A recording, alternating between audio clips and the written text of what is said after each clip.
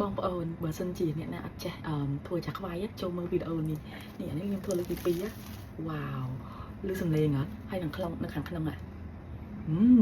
មានធំក្លិនមេណាញ៉ាំតាជោគជ័យពេលអ្នកនរគ្នាធ្វើចាស់ខ្វាយកុំភ្លេចដាក់ថែមជាមួយ Vanilla Syrup បាច់ចាំបាច់ brand នេះក៏បានដែរគាត់ខ្ញុំចង់ដាក់តំណាងឲ្យឃើញអញ្ចឹងណាពេលដាក់ចូលទៅឈ្ងុយក្អូបឆ្ងាញ់ហ្មងអត់មានក្លិនមេហើយឡើងស្រួយអ្នកនរគ្នាមើលពីមុនខ្ញុំធ្វើវារៀងឆៅក្នុងប៉ុន្តែពេលនេះល្មមដំបងសូមបងប្អូនចុច follow ហើយ like ហើយជាមួយ share វីដេអូនេះផងរូបមន្តខ្ញុំដាក់នៅtrongវីដេអូធ្វើបានផលពិតៗហ្មងនេះខ្ញុំសាកលើកទី2ហើយខ្ញុំប្រើម្សៅ Self Rising កញ្ចប់ពណ៌ក្រហមហ្នឹងណាគឺវាមានមេនៅក្នុងស្រាប់ហើយបងប្អូនប្រឹងមិញបើមើលវីដេអូខ្ញុំគឺឃើញហើយថ្ងៃនេះភ្លៀងតិចអញ្ចឹងខ្ញុំ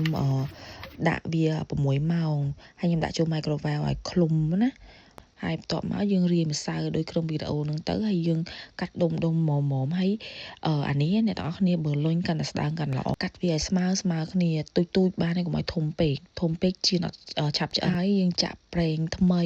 ហើយចាំវាក្តៅហ្មងចាំដាក់ចូលទាញអញ្ចឹងទៅហើយតម្លាក់ចូលហើយនិយាយរួមទៅយើងបើមាន2នាក់ល្អបើមានតែម្នាក់ទេយើងធ្វើបាន 4-5 នំយើងតម្លាក់ចូលជៀនហើយយកចង្កឹះ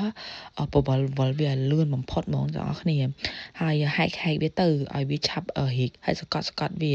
នំនឹងត្រូវការលះដៃលះជើងហ្មងហើយពេលនំនឹងឆ្អិនយើងស្រង់ចេញសិនហើយយើងធ្វើម្សៅបន្តទៀតហើយយើងដាក់ថែមបន្តទៀតព្រោះឯនំនឹងតែយើងធ្វើម្សៅយូរពេកក៏វាងាប់មេវាដែរណា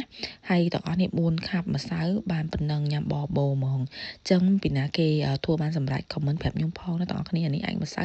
យើងល្វិញអញ្ចឹង